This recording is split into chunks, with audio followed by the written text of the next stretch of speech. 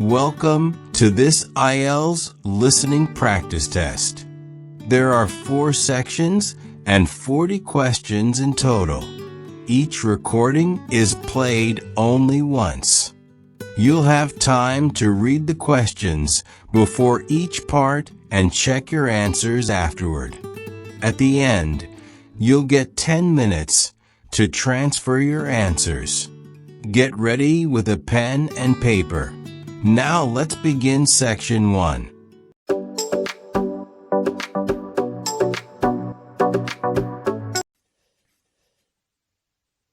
Instructions. You are going to hear a number of different recordings and you will have to answer questions on what you hear. There will be time for you to read the instructions and questions, and you will have a chance to check your work. All the recordings will be played once only. The test is in 4 sections. At the end of the real test, you will be given 10 minutes to transfer your answers to the answer sheet. Now turn to section 1. Section 1. You will hear a conversation about homestay registration between a student and an accommodation advisor. First, you have some time to look at questions 1 to 5.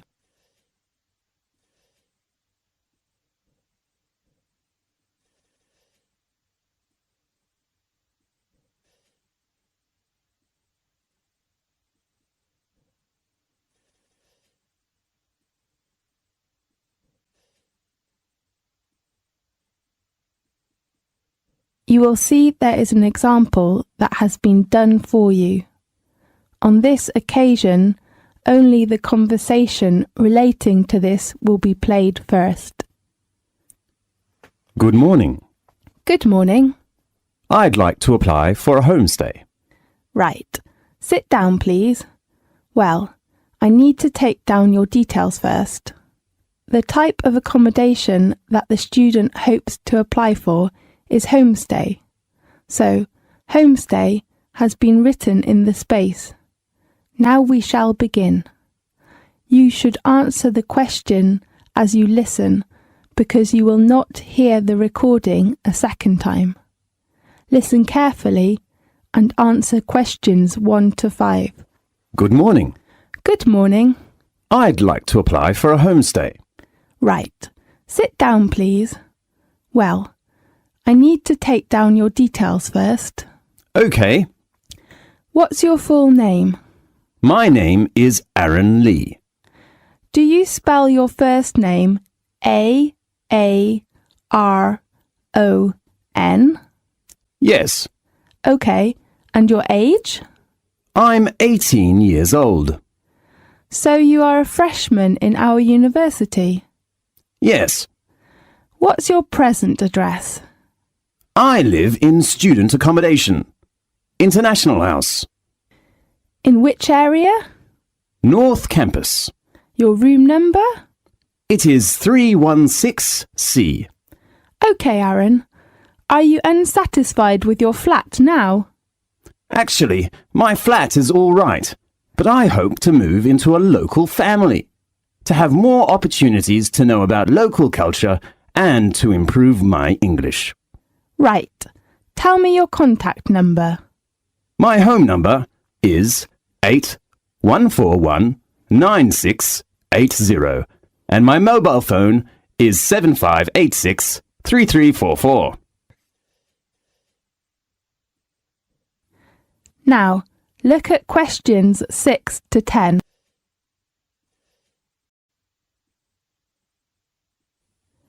Now listen carefully and answer questions 6 to 10. Well, Aaron, can you tell me your requirements about homestay, such as food or facilities, something like that? Yes. Firstly, I prefer to live in a homestay house with a nice landlady, and I hope she would be good at cooking. All right. How about others? and I'd like to have my own bathroom and balcony. I don't want to share with others. OK, no problem. Anything else? Oh, yeah. You know, one of my friends, Chris, who lives in a family with 3 young children, Yeah? they are too noisy, and my friend cannot study. So I hope there are no young children in my homestay house. OK, fine. Do you need a garage? I don't drive now, and maybe I would need it in the future.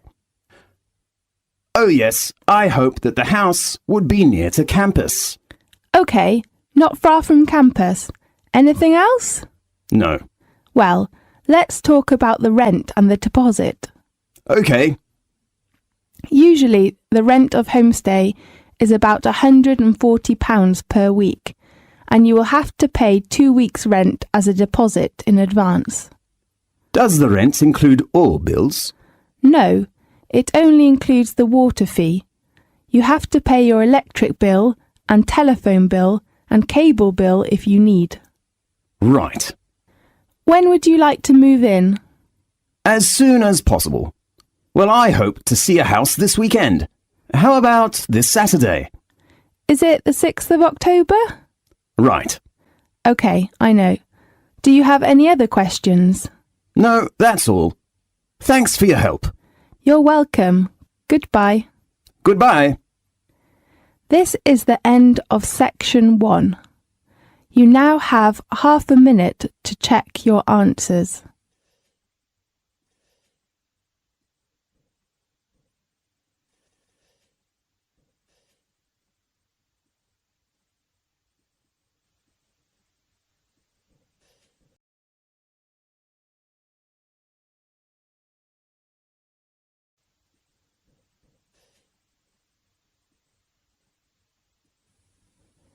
Now turn to section 2.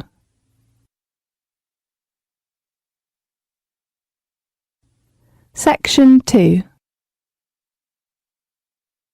You will hear a lecture about a famous natural resort in England. First, you will have some time to look at questions 11 to 15.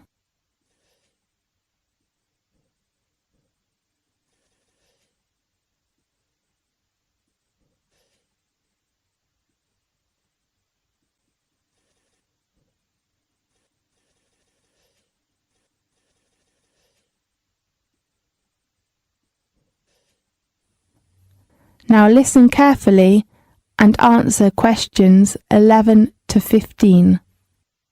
Welcome, everybody, to the Guide for the Peak District. Situated in the heart of England and covering parts of 6 counties, the Peak District is a place of outstanding natural beauty. It is just 5 miles from the Sheffield city centre. A short break or longer holiday will allow you to explore some of England's most spectacular scenery, and in the towns, villages and hamlets, amongst the prettiest in the country, you will find a warm and genuine welcome wherever you go. Every taste is catered for, and many exciting activities are available. Here are some highlights of the most popular places to visit. For the most active people, the following areas offer you excellent opportunities for walking, strolling, rock climbing, caving, cycling, and hang gliding.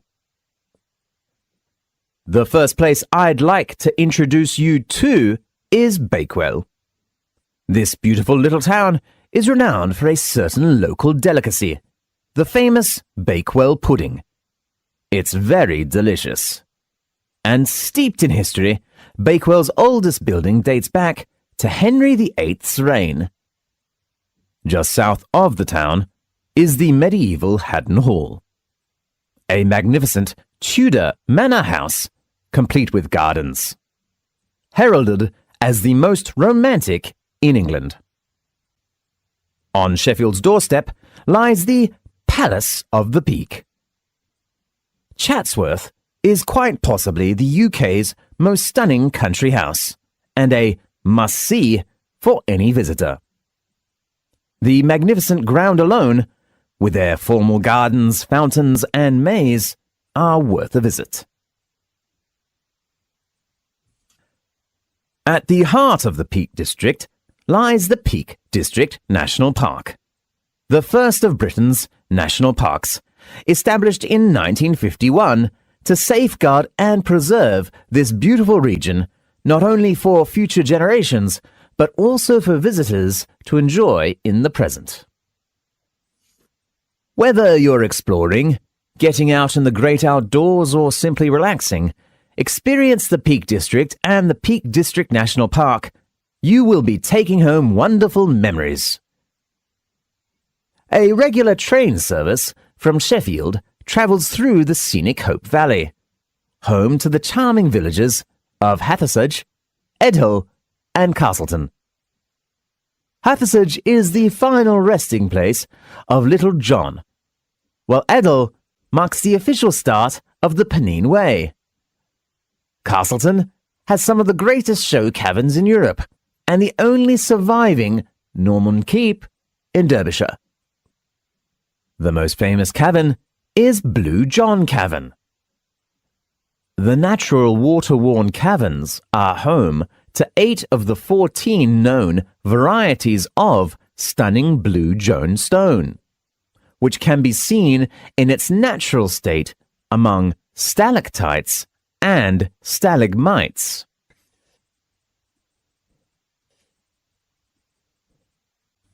Now, look at questions 16 to 20.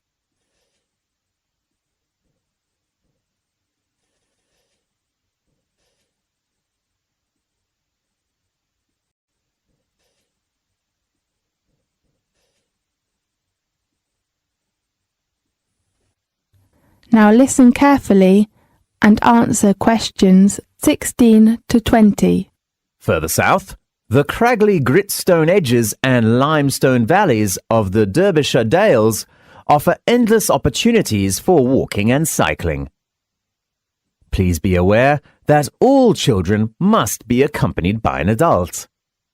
There, many charming villages and larger market towns are famous for specialist shops offering everything from handmade chocolates and ceramics to antiques, designer clothing, and equipment to tackle the great outdoors.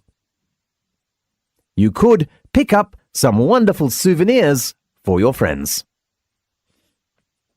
Perhaps the most magnificent and certainly the best-known stately home in England, Chatsworth, is home to a private art collection which represents 4,000 years of European culture and craftsmanship, from ancient Greece to modern works by British artists.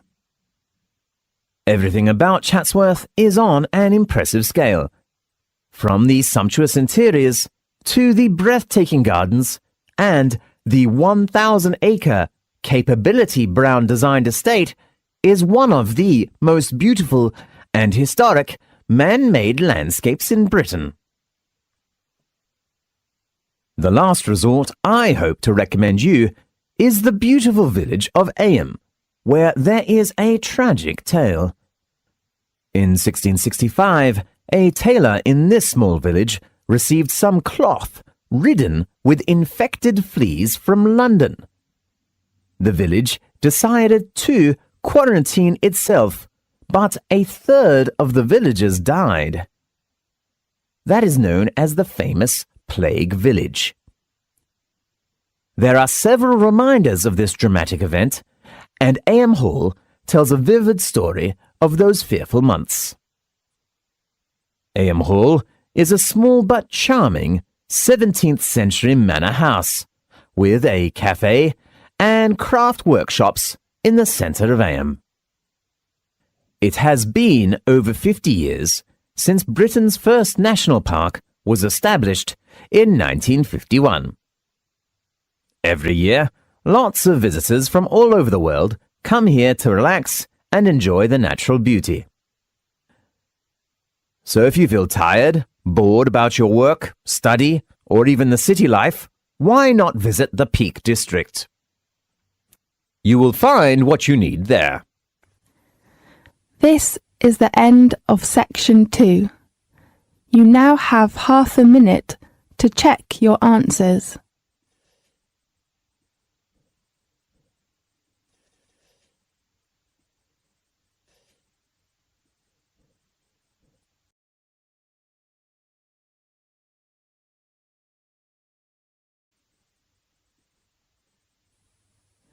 Now turn to section 3.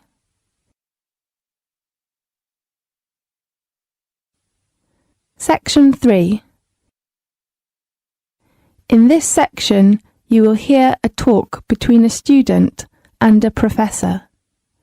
First, you have some time to look at questions 21 to 23.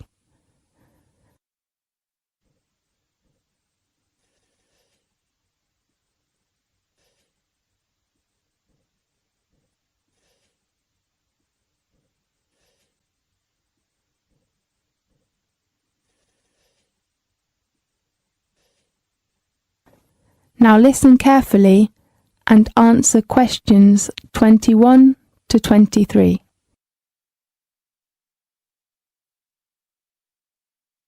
Good afternoon, Professor George. Good afternoon, Harper. Let's talk about your essay draft, okay? Yes.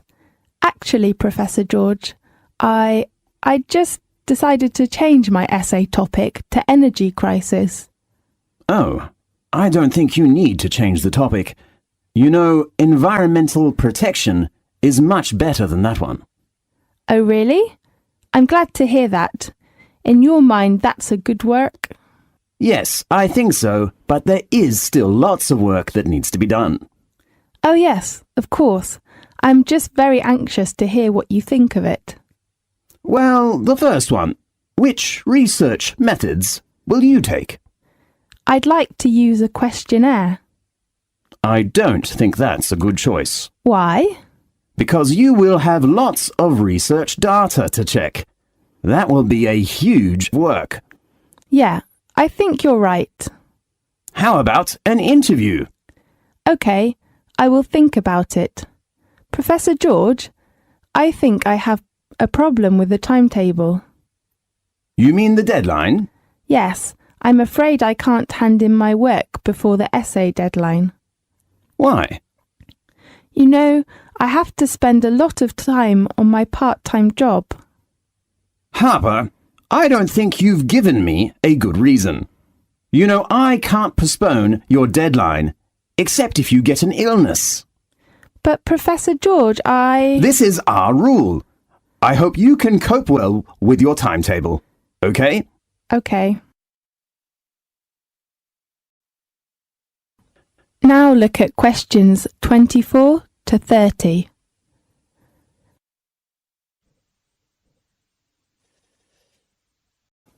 Now listen to the tape and answer the questions 24 to 30.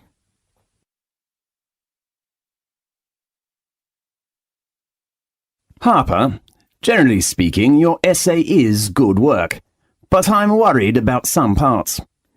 Yes, could you give me some suggestions about my work? Well, let's start with the purpose. I think it is not bad. You represent your idea and the reason for this work, but What should I do? it's better for you to make them clearly. I mean to strengthen them. OK, the purpose needs to be stronger. Oh, and what's your opinion about the structure? I think your structure is very clear. I do really say, well done and go ahead. Thanks very much. I'm so glad to hear that. That's okay. How about other problems with my essay? How do you think your personal experiences as a background affects your work? Oh, it is just my question. I'm not sure whether I should write them. I can see why you put it here, but it really isn't relevant to your arguments. My advice on this is that you take them out. I think you're right. Anything else? No, just go ahead. Yes. How about other requirements, such as format or something like that? Well, let me see. Oh, yes, your way of handing it in. I heard we must send our essays to you by email. Is that right? Yes, that's right. Before your deadline, let me check. It is... Oh, here. It is on Friday, the 30th of October. Right. I will hand in my essay on time. Good. And you have to print your work by laser printer. Why? We will store all of our students' work, so good quality is very important. OK. Oh, Professor George, should I do the proofreading before handing in my essay? Yes, proofreading is necessary. You should check your grammar or spelling or format before handing in your work. OK. And your references. You must make your references clearly, and that's very important. OK, I know. Thanks very much for your help, Professor George. A pleasure. How about your presentation? This is the end of section 3. You now have half a minute to check your answers.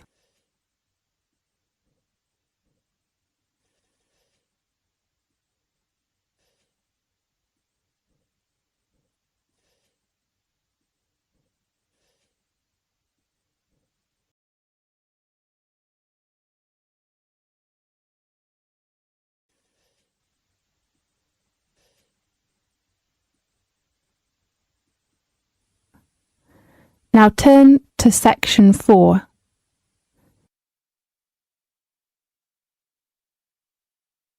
Section 4. You will hear a lecture about British media. First, you have some time to look at questions 31 to 40.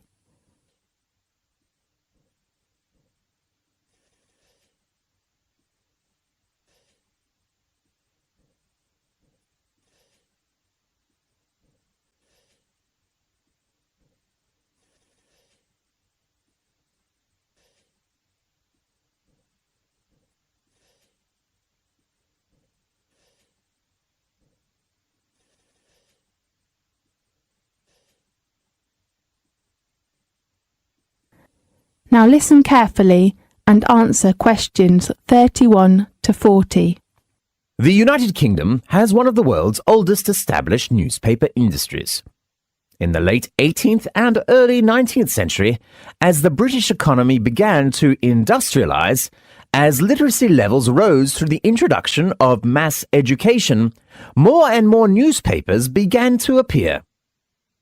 The Times, which first appeared in 1785, is the United Kingdom's oldest daily newspaper, while the Observer, which is still published every Sunday, began publishing in 1791, making it the world's oldest national newspaper. The different main British newspapers, the Times, the Observer, the Guardian, still suggest that the function of the paper is to offer the electorate objective reports about what is happening in the country. The function of supervising the government is one of the reasons why a free press is considered so important to the functioning of parliamentary democracy. Besides politicians, businessmen paid more attention to the power of the press. They used press to push their products and services to potential customers. So, the advertising business was born. In Britain, most advertising is carried in newspapers. Companies use the press to sell products. People use the press to look for a job or to buy a house. All the British media must follow advertising codes, which ensure that advertisements are legal, honest, and truthful, have a sense of responsibility for consumer and society, and respect the principles of fair competition. British newspaper culture is unusual in the extent to which class and educational differences are reflected in the newspapers people read. In other developed countries like Japan and the United States, newspaper reading is a habit of mainly middle class. However, in Britain, the lower classes are also regular readers. There are more than 1,500 different newspapers which cater for a wide range of political to educational views. Britain has one of the highest levels of newspaper sales per head of population in the world. Although most newspapers are financially independent of political parties, they also express some political views. The quality press not only publishes most serious and in-depth articles of particular political and social issues, but also expresses reviews about high culture for readers with well-educated and within the middle class. The most left-wing of these newspapers is The Guardian. You will often hear people on TV or in daily life refer to Guardian readers. This is a kind of shorthand to suggest someone who is left-wing and liberal in their politics, and interested in society and social issues, such as will be soft on crime or quite feminist and interested in green politics.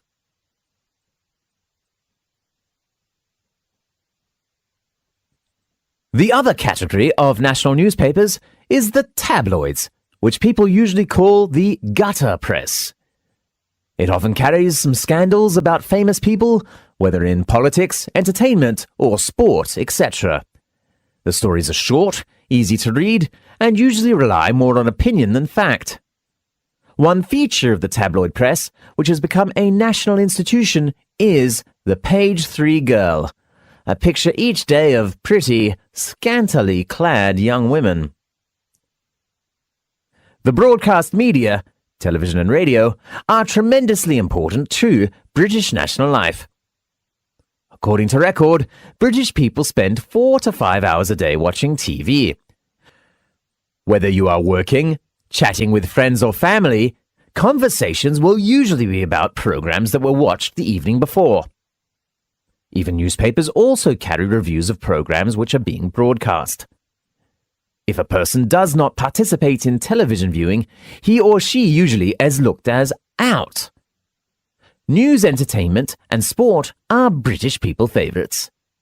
However, drama, comedy, and game programs fall in and out of favour.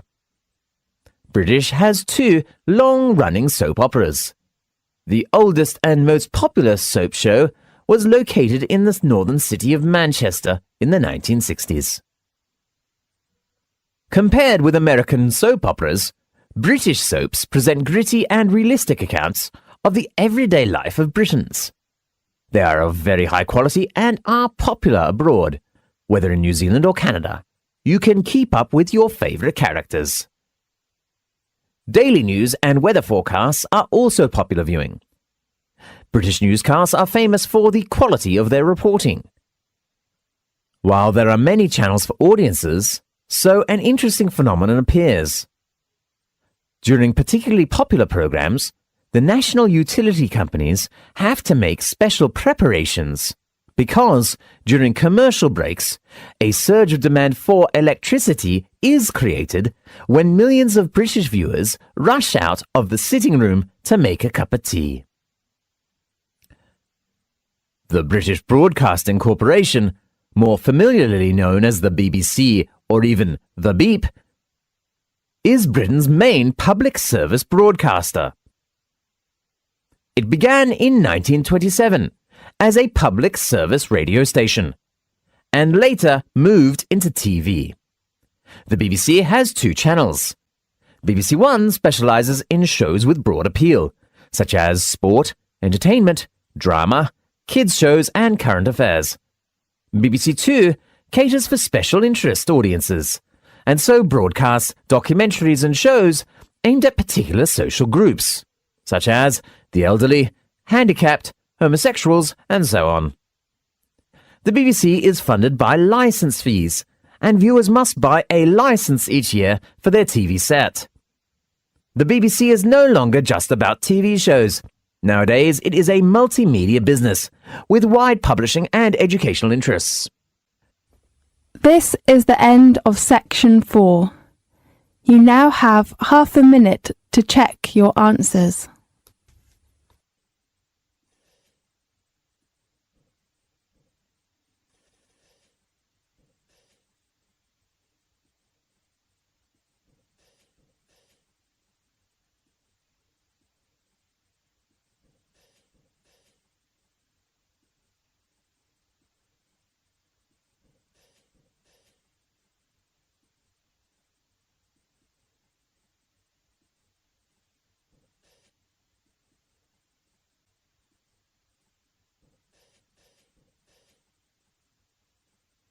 This is the end of the listening test.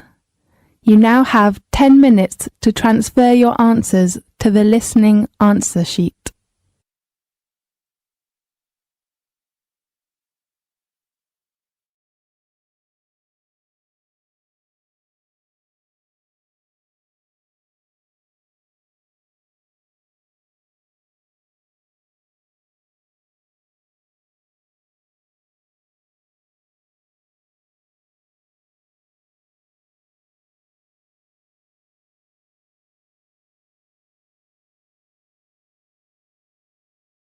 That is the end of the listening section. You now have 2 minutes to review your answers before the test automatically moves on to the next section. Please take this time to check your answers carefully. Make sure all your responses are recorded in the correct places, and review your spelling, grammar, and formatting. Once the time is up, the system will take you directly to the reading section. Please remain seated and stay focused. The next section will begin shortly.